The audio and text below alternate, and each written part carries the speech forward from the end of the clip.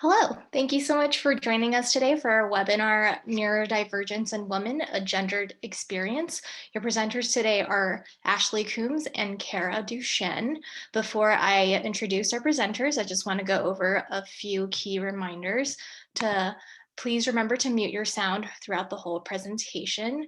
And we'll be having a question and answer session about 5 to 10 minutes at the end of the hour. So if you have a question you would like answered, please feel free to drop that in the chat box. And if you are comfortable, you are free to turn on your video. And like I mentioned, your presenters today are Ashley Coombs and Cara Duchene. Ashley Coombs is a school psychology EDS student at the University of Utah. Cara Duchene is a third-year clinical mental health counseling student at the University of Utah and has been with the UTTEC lab for 3 years. We're very excited to have you both here, Ashley and Cara, and I'm going to go ahead and turn it over to you both. Awesome. Thank you so much, Annie. Let me go ahead and get my screen up here for us. Okay, is that working? We're up and we're good? Perfect. Okay, so like Annie introduced us. My name is Ashley. I'm a school psychology student here at the University of Utah. I'm really excited for this presentation for a lot of reasons. One, because neurodivergence, autism, and ADHD specifically that we're going to be talking about today is something that we cover a lot in our coursework, and also because I have ADHD. And I'm also very excited to be here. I'm Cara, as Annie said, and Ashley. Yeah, I'm especially excited to cover this and also sort of nervous as well because most of you are school psych people, and obviously I'm coming from counseling and clinical mental health counseling. So bringing some of that perspective in as well, talking about some of the adult factors also, and will be interesting to combine these two approaches. So to kind of start off, we're going to talk about what is neurodivergence, which is finally kind of coming into more normal usage. But this is an umbrella term that's kind of including autism, dyslexia, dyscalculia, epilepsy, ADHD, OCD, Tourette's, some other different pieces, but those are the most common. And essentially this is just referring to, differences in mental or neurological function from the typical. So, if you're not neurodivergent, then you're neurotypical, well, in theory. There really is no typical, as we all know. And so this is sort of a good way to kind of catch all with these differing traits that especially tend to occur in those with ADHD and or autism. And it's rooted in this social model of disability, which is sort of incorporating these as pieces of identity, that differences in cognitive functioning or how our brains work, is normal. It's different. We expect this type of diversity, and disability is not caused by the impairment or difference of the person, but by not having the proper accommodations and understanding from the environment and from the people in their lives. And then this final piece that I just want to add before we kind of launch into the ADHD portion, which Ashley is going to cover, and then I'm going to talk about autism specifically, is about identity first language rather than person first language. There's a lot of debate about this. Most autistic people prefer identity first language. So saying I'm an autistic person rather than a person with autism. And I love this little graphic. That's one of my favorite ways to explain that, which is autism isn't something that is separate or changes the real person. It is part of who they are. It's part of their personality, in the same way that all of the different ways that our brains function and our personality are parts of us. And so just wanted to put that out there for those who might not know about that. Ashley, I'll turn over to you. Awesome. Thank you. So why are we just talking about women? So we're talking about neurodivergence in women. That's really the focus of our presentation. And so we wanted to touch on why Cara and I decided to do that.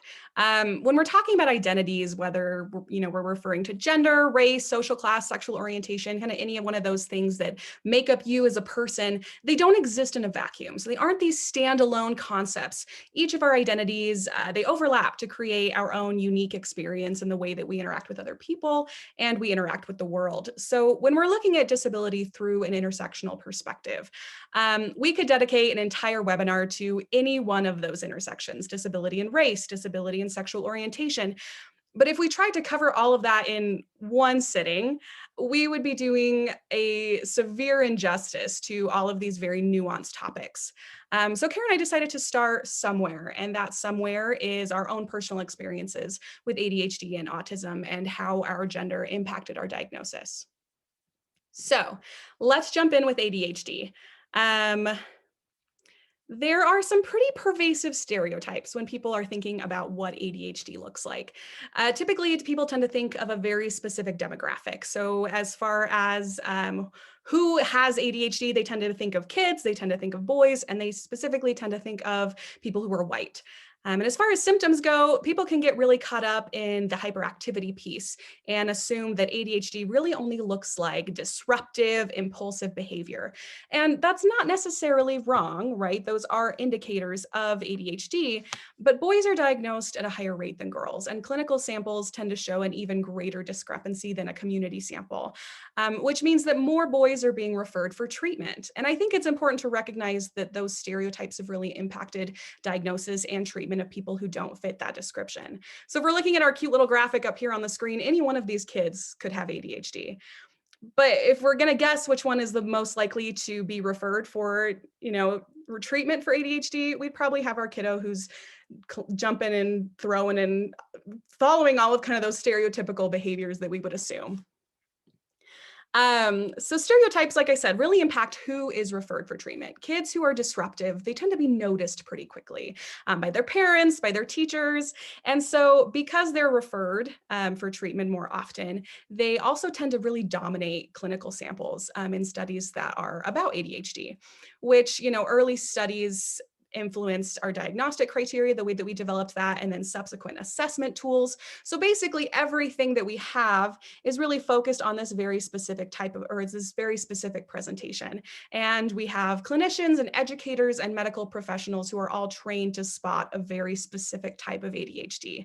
And that's not to say that kids who fit that description don't need support, because they do. It's just unfortunate that those stereotypes really can delay the diagnosis and treatment for a non-stereotypical presentation. This is anecdotal, but I've spoken with several people who have had a really hard time accessing accommodations through their university for ADHD because their disability services office will only recognize diagnoses made in childhood. So individuals who don't fit this stereotypical presentation and may not have been caught as a kid. And so, it doesn't matter that the symptoms were there all along. They're not getting diagnosed until adulthood. They are at a severe disadvantage and they're not able to access the same supports that they would be able to had they fit this more stereotypical presentation. And there are also a lot of risk factors associated with untreated ADHD. We'll touch on a few of them in this presentation, but that's really part of the reason why we wanted to present on this topic and bring awareness to this issue. So, because most people are familiar again with those very stereotypical ADHD symptoms, I just want to talk about executive functioning for a second and how that is specifically impaired by ADHD. So when I say executive functioning, I'm talking about the skills like planning, organizing, prioritizing, your working memory, regulating your emotions and your behavior. And all those kind of skills that our adult obligations require. And typically they need to be very refined to be successful at home or at school or at work. And so when these skills are impaired in a person with ADHD, you tend to see the difficulties in those settings. And it's not, it's not laziness. It's not a lack of motivation. It's not being immature. It's just that our brains don't quite work like this. And so a lot of these things, skills associated with this, can be really difficult. women specifically are encouraged to be very socially conscious. And so we tend to be very aware of our interactions with other people, how we're affecting other people. We have very high expectations for our own performance that may be negatively influenced by societal expectations. And, we tend to be very aware of what other people think of our performance. And so this all tends to filter into our perception of ourself and our self-worth. And, you think of girls are expected to do well in school. They're expected to be more academically motivated. And so if I were to ask you, if I had a boy and a girl, all things being equal, to just guess which one tries harder in school or which one cares more about school, you would probably guess the girl. And that's not anything biological, right? That's simply related back to kind of our societal expectations for each gender. And, there's also more of a social stigma associated with not living up to these expectations as a woman. So because of that, women and girls tend to be very motivated to hide and compensate for our ADHD symptoms. Girls are more likely to be embarrassed by a diagnosis and may attempt to present ourselves in a more positive light, in kind of a self-protective kind of way. And an incredibly common example that I've heard, that I've experienced so many countless times, is you procrastinate a big assignment until the night before it's due. Maybe, it just seemed like a lot of cognitive effort that you couldn't get yourself to put in unless the threat of failure was immediately hanging over your head. And so you don't want your teacher or your professor to think you're dumb. You still want to get a good grade. You still want to do well in the class. And so you stay up all night to finish the assignment and you turn it in at the last possible second, and no one notices because the assignment is still done. As I was researching this and reading about this in the literature, it seems pretty common for girls to develop kind of a sense of perfectionism or obsessive compulsive tendencies as kind of a coping strategy where you hijack your anxiety to trick your ADHD brain into getting something done. And again, we've been socialized to care about doing well in school and to care about our teachers thinking we're good students and not wanting everyone else to know that an assignment that took them an hour took us 6 hours. There are also some protective factors that can hide kind of the true extent of impairment. Kids with ADHD, with high IQs, they may not be turning in assignments, but they do well on tests. They participate in class. They seem to understand what the content's about. And so their difficulties aren't necessarily reflected in their grades. Another one may be a lot of family support and structure, which was definitely my case. I can think of symptoms that I experienced pretty young, but my parents were so involved in my schoolwork. They were checking my grades religiously. My mom worked at the school, so she was talking to my teachers in person on a daily basis. And there just wasn't really a lot of room for me to struggle. My assignments were done, I got good grades, but if anyone would have taken a closer look at my absolute nightmare of a backpack, it would have been a little bit more obvious. But anyways, when I moved out and I started college, the impairment became a lot more obvious, not because the symptoms just appeared, right? They were there all along, but I didn't have my safety net. I didn't have that structure. And so it was a lot harder to pretend that I wasn't struggling. And so, I started regularly missing class, not because I didn't want to be there. I loved school, but I was late no matter how early I tried to get ready. I would forget about class. I struggled to do homework, things like that. And so when, you have kind of that kind of situation, it's really easy to overlook or to not notice the extent of how much somebody may be struggling. So let's talk a little bit more about presentation-wise. What does ADHD look like in girls? First of all, girls are more likely to present with inattentive type, which, like we already talked about, this is not disruptive, and disruptive symptoms get noticed. So inattentive symptoms include things like being easily distracted, being forgetful, being disorganized, things like that. And so if a girl is quiet, she doesn't participate in class because she's daydreaming, those still all meet our cultural expectations for girls. It's not something you would look at and say, that seems abnormal. Oop. Knocked out of our presentation view. Okay. We also can't talk about ADHD in women without discussing the role that hormones play in symptom severity. So estrogen, right, our female sex hormone, does this really cool thing where it enhances neurotransmitter activity. So neurotransmitter, right, those brain chemicals that do all kinds of things, specifically in this case, make activities feel rewarding, and stabilize our mood. And as estrogen levels fluctuate with the menstrual cycle, ADHD symptom severity tends to increase as estrogen decreases. So you're seeing symptoms become a lot more prominent in once girls hit puberty for that reason. Another way this may show up in girls is that you're seeing a lot more social impairment. So you think of boys at the playground and they start digging, and all of a sudden all these other kids come and join them and they're best friends. And that's just kind of what that looks like in a social interaction type of way. But female friendship dynamics tend to be really complex, even from a very young age. There are a lot of emotional expectations, bonding that are considered kind of a hallmark of a close friendship. And for women with ADHD, that can be really difficult to maintain. And women may see these social difficulties as more impairing than men because of that gender socialization piece. So girls with ADHD tend to have fewer friends, less stable friendships, conflicts in their friendships, and they're more likely to be bullied, both compared to girls without ADHD and boys with ADHD.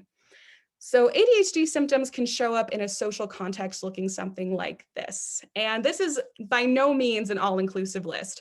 But here are some things that you might see: it being distracted, spacey, interrupting, blurting out inappropriate comments, changing a conversation topic really randomly. And these things can be interpreted as you're not a good listener.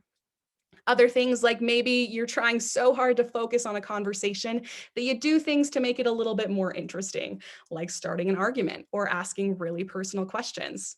Or on the flip side of that, trying so hard to focus on a conversation that you just kind of forget what your own body is doing. You're so focused on trying to be present and pay attention to what the other person is saying that you're just not really aware of your own nonverbal communication. Other things may include being constantly late, forgetting important events. Maybe you just forget to text someone back and all of a sudden it's been 6 months. And all of these things that, you know, to someone who doesn't have ADHD, what this looks like is you're a bad friend. You don't value me as a person. You don't value my time. And so all of these really basic aspects of friendship can be really difficult for people with ADHD.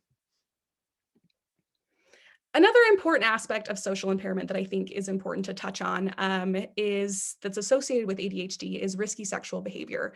So for teenagers and young adults, risky sexual behavior, or just sexual behavior in general, can be kind of considered a shortcut to social acceptance. And so when you take the social impairment piece that we talked about, and then you combine that with the hyperactivity and the impulsivity, this is kind of what can happen. We're seeing girls with ADHD that are initiating sexual activity earlier than girls without. We're seeing more sexual partners, more unprotected sex, STIs, unplanned pregnancy, things like this. Girls are also at higher risk for sexual victimization. And so these are things that are important to be aware of, just as far as how they can impact just your daily life and things that you may not consider as you're interacting with students or with adults with ADHD. So impulsivity and hyperactivity in general may look a little bit different in girls and women and in adults than it may look in children who are boys.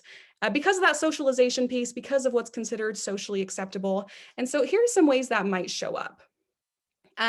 We are seeing, just kind of as we move into adolescence and adulthood. So we are seeing high-risk behaviors like reckless driving, the risky sexual behaviors that we just talked about, drug and alcohol use, shoplifting, self-harm and suicide attempts.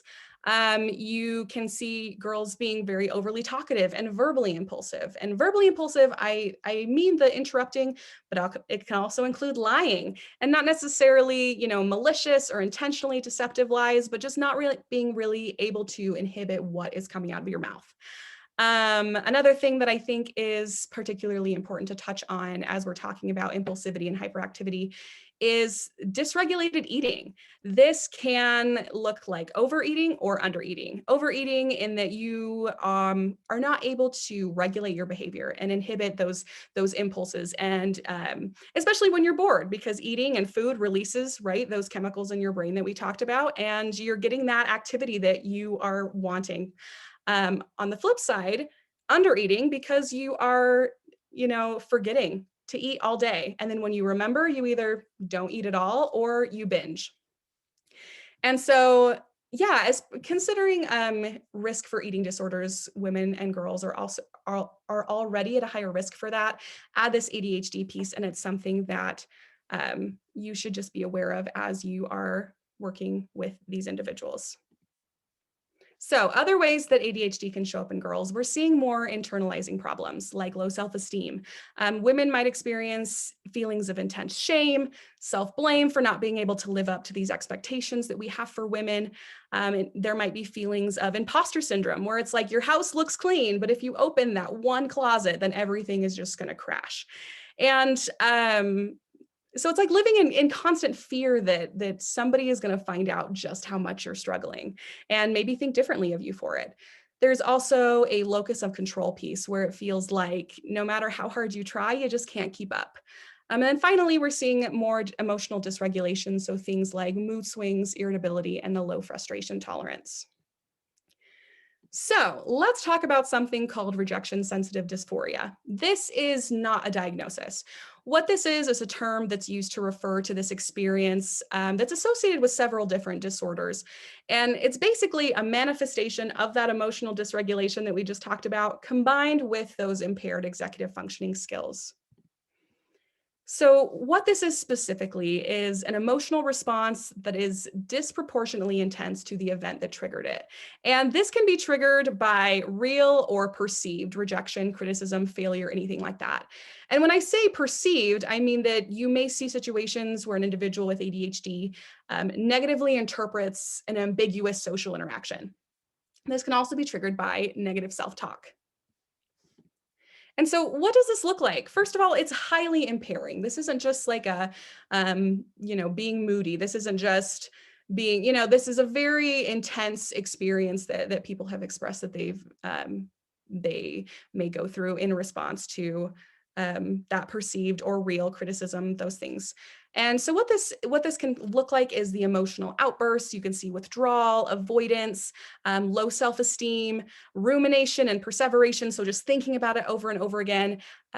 It can really affect relationships, and also it can affect misdiagnosis in a lot of different ways, which is why I think it's particularly important to touch on. So how is this different from a mood disorder? First of all, mood disorders, mood swings can be totally untriggered and just kind of independent of what's happening in your life. So your life can seem really great, and that's not going to have any impact on how your mood is affected by a mood disorder. That is very different from rejection-sensitive dysphoria, where there is a very clear trigger and your mood matches the perception of that trigger. So if somebody hurts your feelings, you might experience those more internalized symptoms like the depressive symptoms. If you perceive someone as being aggressive towards you, you may respond in a very externalized way and aggressive towards them as well. But every time there is a very clear event that triggers this behavior. Additionally, with mood disorders, you're seeing mood shifts that are a little more gradual, episodes that last longer, whereas in rejection-sensitive dysphoria, you're seeing an instant mood shift. This ends really quickly. Usually, it's not something that lasts very long, that turns into kind of an episode. It's just a response to whatever trigger. And again, this is really related to that executive functioning piece, those skills and the ability to regulate your emotions. So let's talk about what girls with ADHD may be misdiagnosed as. And when I say misdiagnosed, it's very common to have some sort of comorbid disorder. However, in things like anxiety and depression, these are often the only observable symptoms that someone is seeing. Like we talked about, girls are really motivated to hide those ADHD symptoms. And so these anxious, depressive symptoms, they may be the only things that people are seeing. And as such, they are treated as the primary or only diagnosis. So we are seeing that more young girls rather than boys are treated with antidepressants before receiving treatment for ADHD. And like I said, it's not uncommon to have both ADHD and one of these other disorders, but having untreated ADHD can really exacerbate the symptoms of these disorders. And so if you're not treating the ADHD as well, you're just kind of slapping on a Band-Aid. Another common misdiagnosis is bipolar disorder. So think about what we talked about with the rejection-sensitive dysphoria, compare that to mood cycling. The impulsivity piece, compare that to mania. Or a manic episode, if you are not aware of kind of those other ADHD symptoms, at first glance, this might seem like a logical conclusion. Similarly, you're seeing the impulsivity in adult women and, maybe unstable relationships, and that can result in a misdiagnosis of borderline personality disorder. Something else you might see is substance abuse. And again, this is a pretty common substance use disorder, a pretty common comorbid disorder.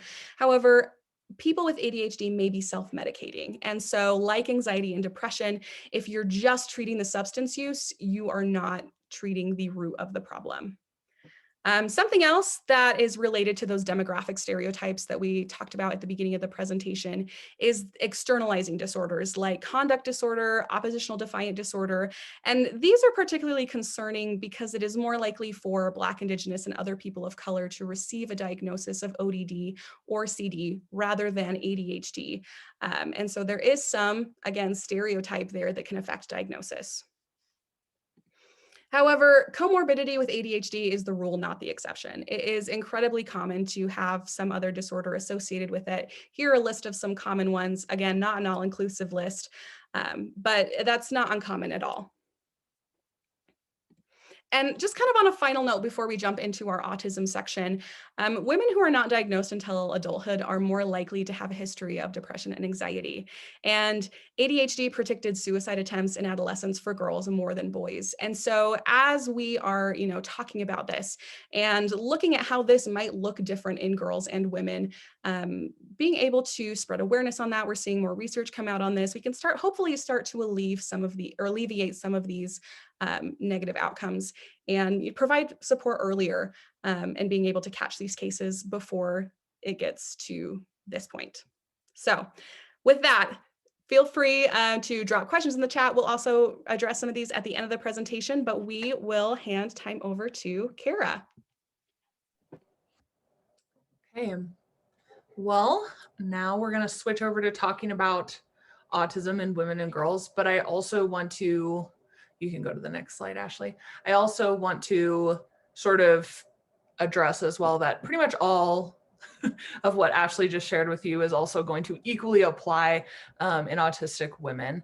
There are a lot of reasons for that. I could wax poetic forever about the overlaps between ADHD and autism and why these particular symptoms of neurodivergence have been clustered together in these ways. But yeah, just important to note that there is a ton of overlap because these are sort of these arbitrary domains that the DSM has created for us. But if we are looking within these domains, we're going to have ranges between 30 to 80% of those who are actually diagnosed with autism also having an ADHD diagnosis. There's huge ranges because there's a million different studies that measure it in all these different ways. So hard to know the real figure on that.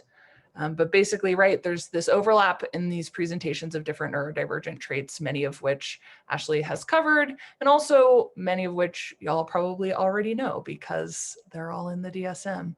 But I included this little graphic about autism spectrum disorders in general, and how a lot of people think of it as most autistic to least autistic, which, that's not really how it works.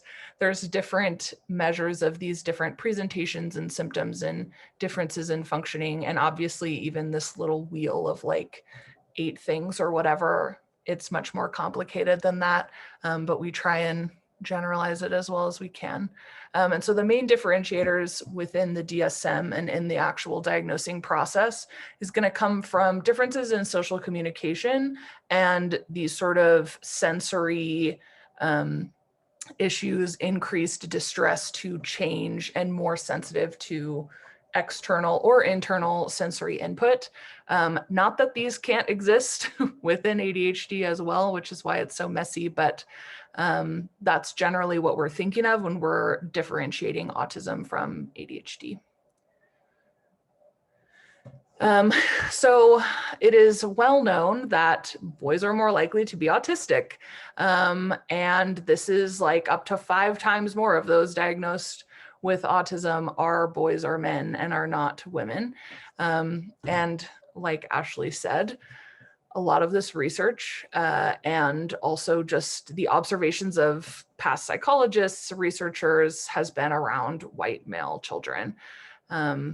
The presentation itself, right, is developed around this is what this disorder is, because this is how we see it in white male children. And if it exists in women, presents differently, therefore it is not the same thing, even though it is. So these traits can often be branded as, right, just being overly sensitive, over dramatic, high maintenance, rather than in boys or men, it's taken more seriously, right? Having a harder time dealing with changes in structure, having a harder time performing socially and making friends. These are all normal and okay, generally, obviously not always, but less pressure on men to perform in that way than women. And I also just want to point out, this is true for autistic folks, but also neurodivergent people in general are about 2 to 3 times more likely to identify as LGBT, and especially in the transgender nonconforming part of the LGBT spectrum, I guess. And so this is important to consider too when you're working with gender nonconforming or trans clients. A lot of this is going to get messy too with, right, were they assigned female at birth and were they, right, like socialized, and therefore their presentation, even if they're not actually a woman, might present more like what we're talking about today. So just something to keep in mind, and you can go to the next slide. So I want to talk a little bit about masking and camouflaging. And this applies, I mean, in any type of neurodivergence. We can also think of it in terms of trauma. We'll see this a lot. But basically, in the context here, we're talking about when a neurodivergent person seeks to hide or minimize their neurodivergent or autistic traits to fit in with a neurotypical world. And so it is interesting because it mimics sort of this trauma response, because in many ways, masking is a trauma response. We are going to be constantly being misunderstood, shamed by family members, by teachers, peers, told that you're not being normal, you're overreacting. And this is especially common in women for many of the reasons that Ashley already noted. But they definitely can occur in anyone who's neurodivergent. And the reason why this is so important to note is for multiple reasons, not only because of the actual emotional and physical toll that masking takes on the person who is doing it, but also because it prevents these types of diagnoses. It prevents clinicians from being able to notice the ways in which a person is autistic or has ADHD, because they're so good at pretending like they don't.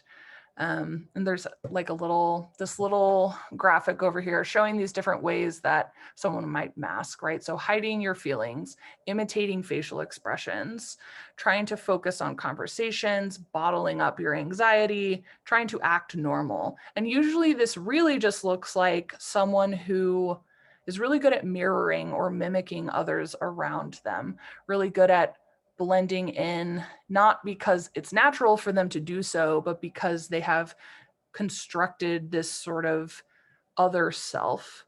And so unsurprisingly, this can often lead to a lack of sense of self, depression, anxiety, low self-esteem, insecure attachment, and especially if the person is not even aware that they are neurodivergent or autistic.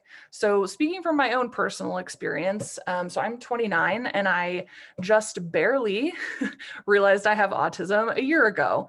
I had asked pretty much every therapist I've ever been to, do you think I may be autistic? My brother's autistic.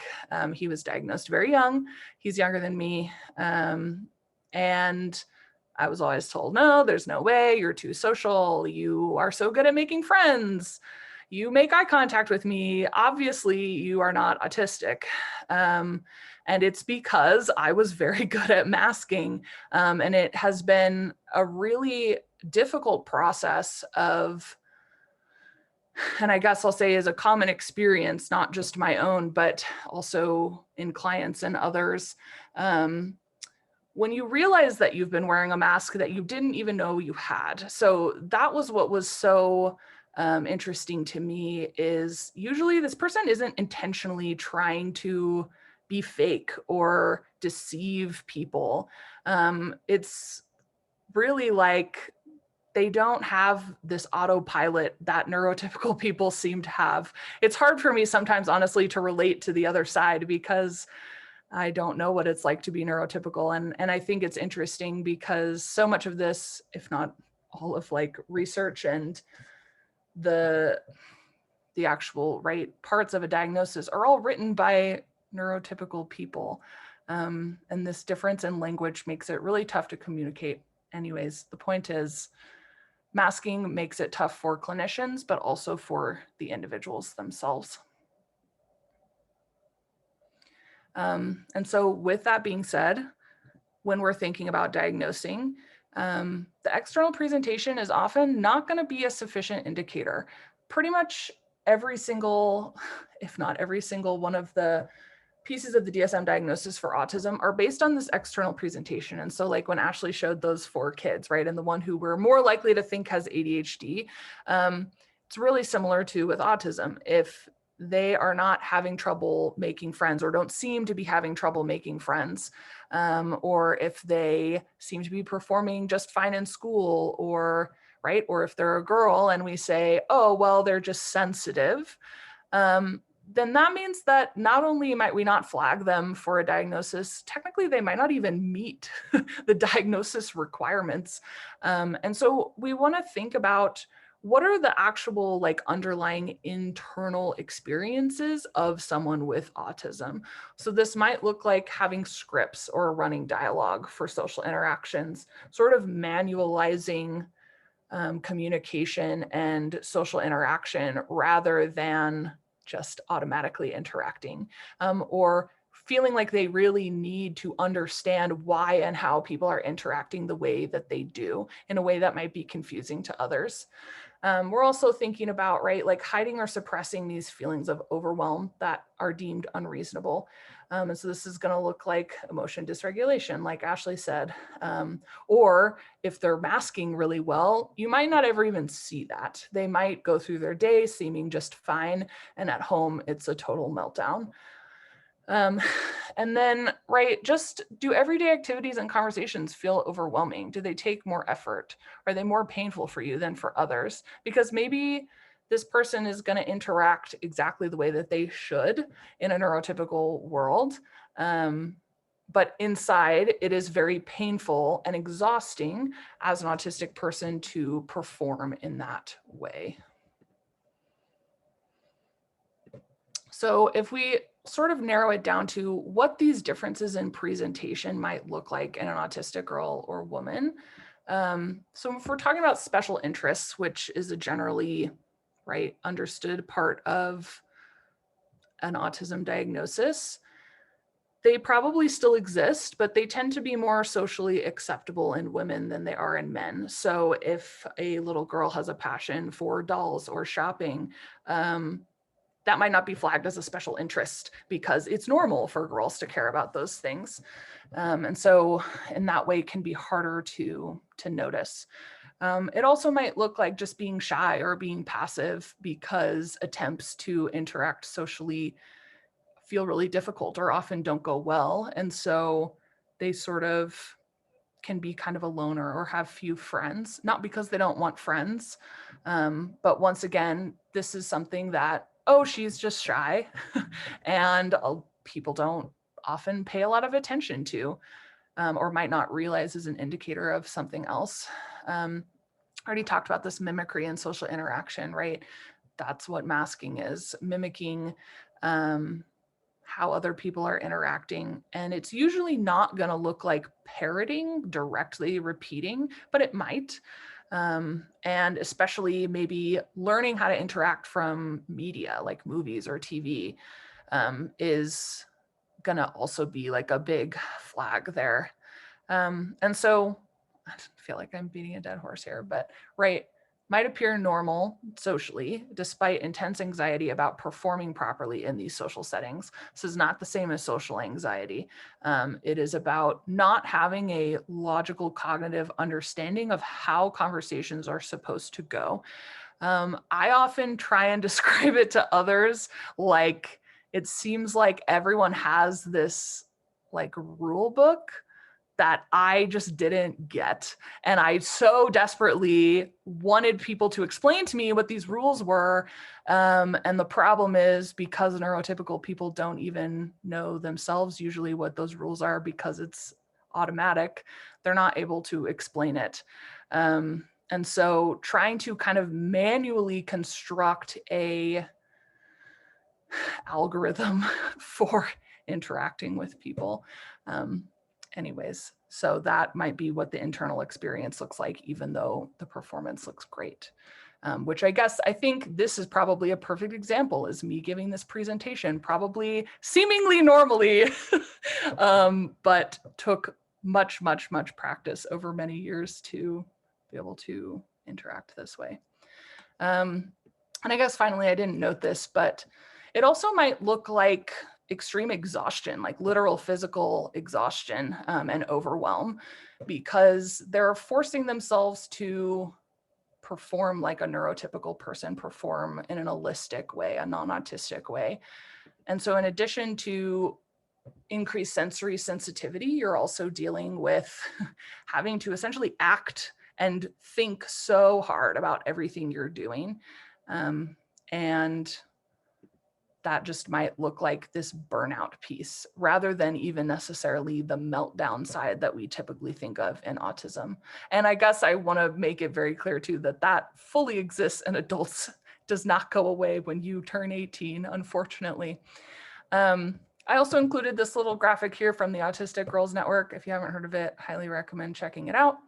And it has the little iceberg, right, of like what you might see in a classroom and what is actually going on under the surface. So, right, that exhaustion, social confusion, these pieces that I was talking about. You can skip to the next one. So speaking of autism and adults, there is virtually no support for autistic adults post-high school. Colleges sometimes can be helpful, and as Ashley already noted, that can be its own extremely difficult process getting those kinds of accommodations. Sometimes there are vocational programs where helping you find employment, things like that. But especially if you didn't already get diagnosed when you were a child, there is basically no one, hardly anyone. And I don't want to sound like I'm over exaggerating because I'm actually not. And I know this because I have fought long and hard to try and find anyone who specializes in adult autism. I think there are like 3 or 4 people, and I've now talked to all of them in the state of Utah anyways. And I guess now I sort of consider myself one of them, even though I'm new to this field.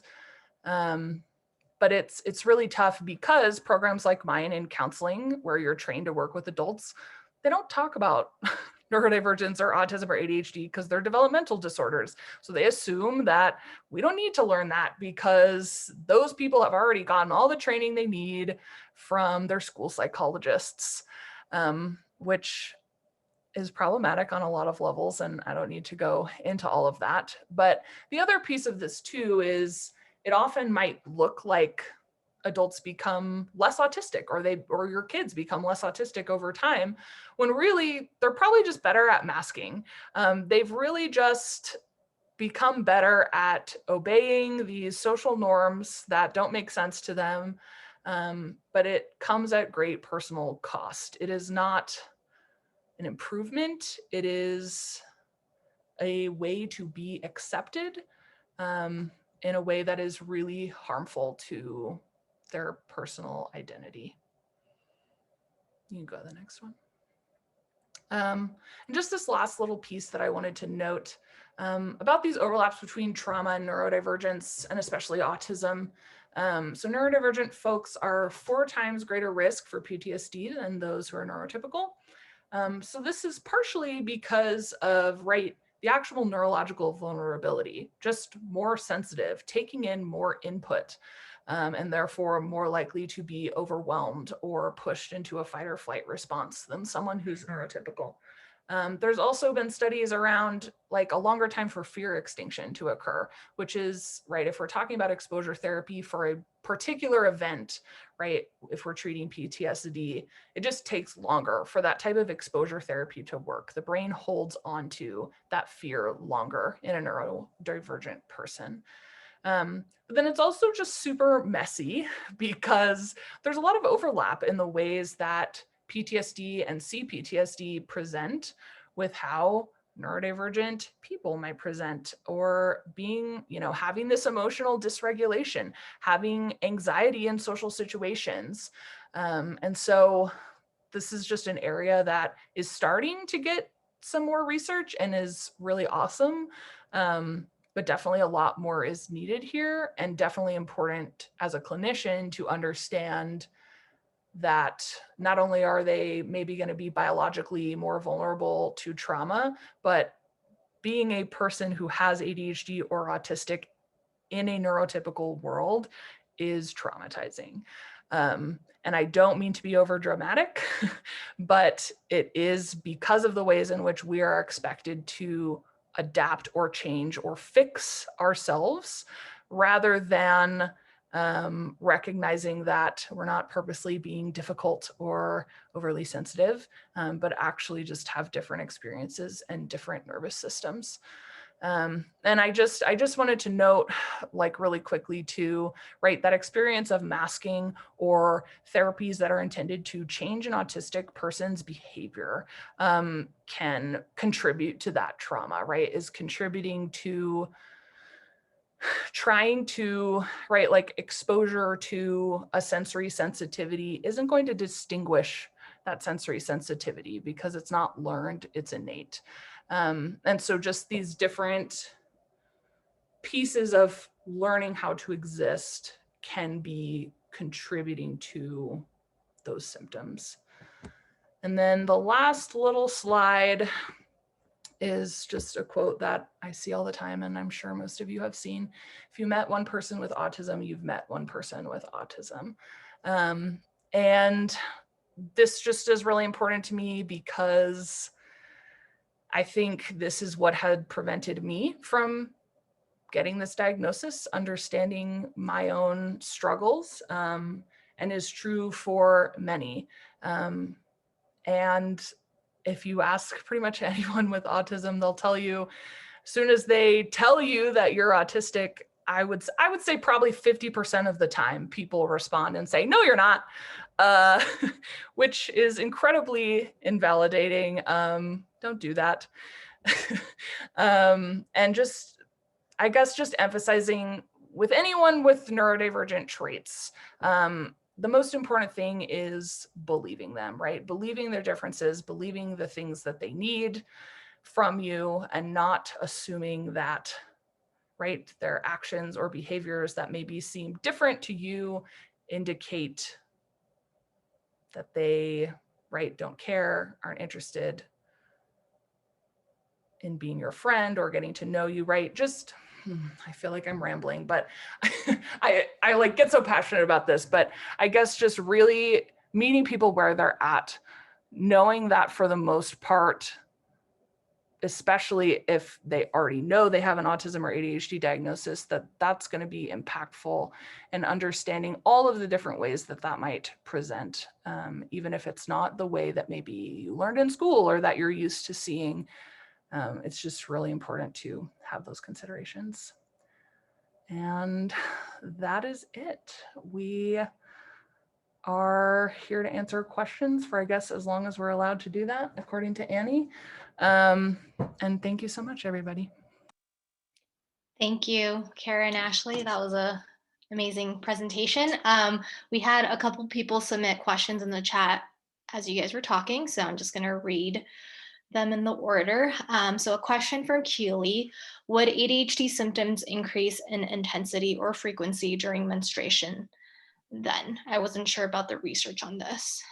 Yeah, so there is some research coming out, and Keely, I'm more than happy to send some of this to you, where it's kind of like you see the symptom severity fluctuate in kind of correspondence with the fluctuation of estrogen levels during the menstrual cycle. So throughout the month, when you're seeing the lowest levels of estrogen, I don't know specifically, I think you're seeing that like right before the actual your period.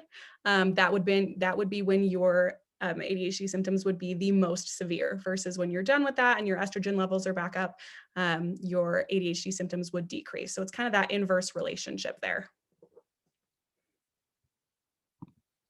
Thank you, Ashley. A question from Mary. One of the things I've been thinking about is an ABA. You want to teach an autistic person more socially acceptable behaviors and limit their stims in public, which is essentially teaching masking, in my opinion. So how can behavioral analysts not predispose an autistic person to burnout, but also help them be successful in a neurotypical world?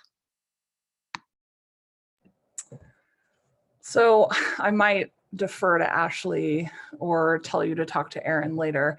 I have very mixed feelings about ABA. It's very controversial within the autistic community of adults, even though obviously it's the chosen method for working with individuals with autism.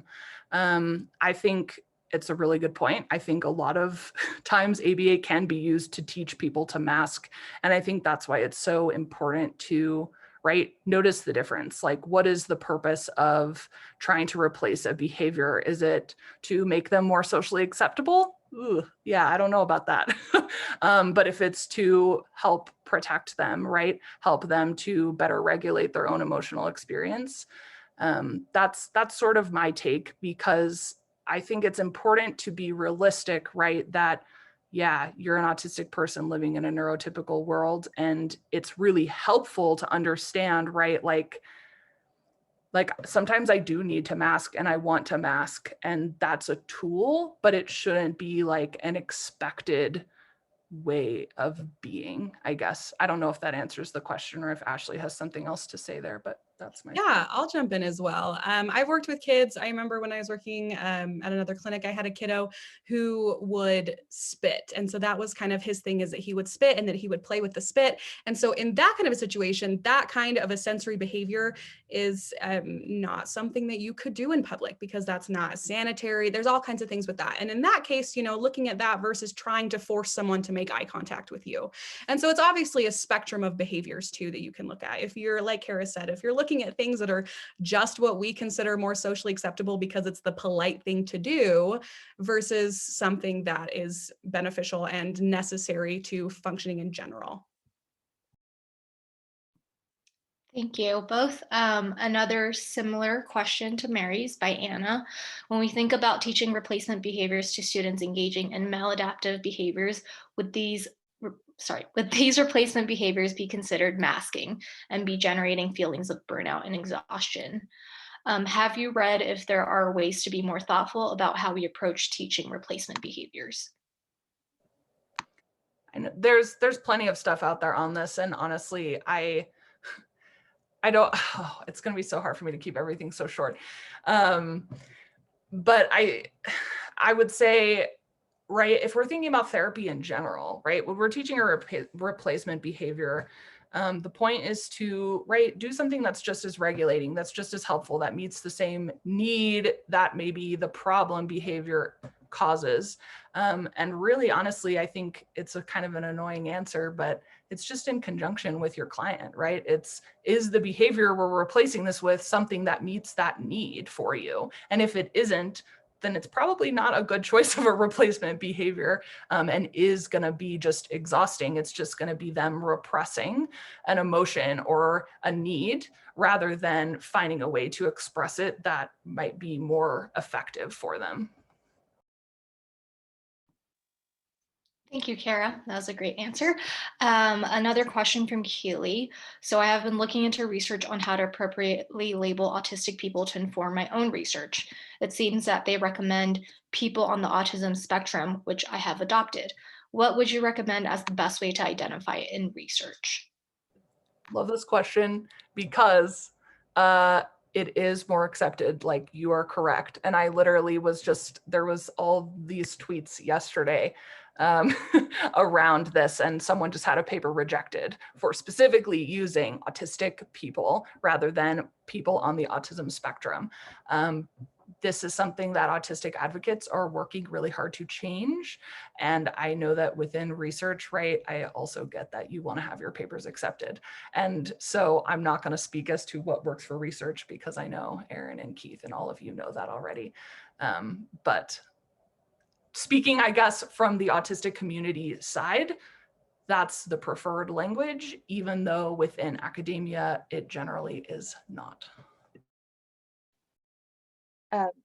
One quick backup comment to that. I've noticed in the research that's conducted by autistic researchers, they use that language of like identity first, and they're accepted.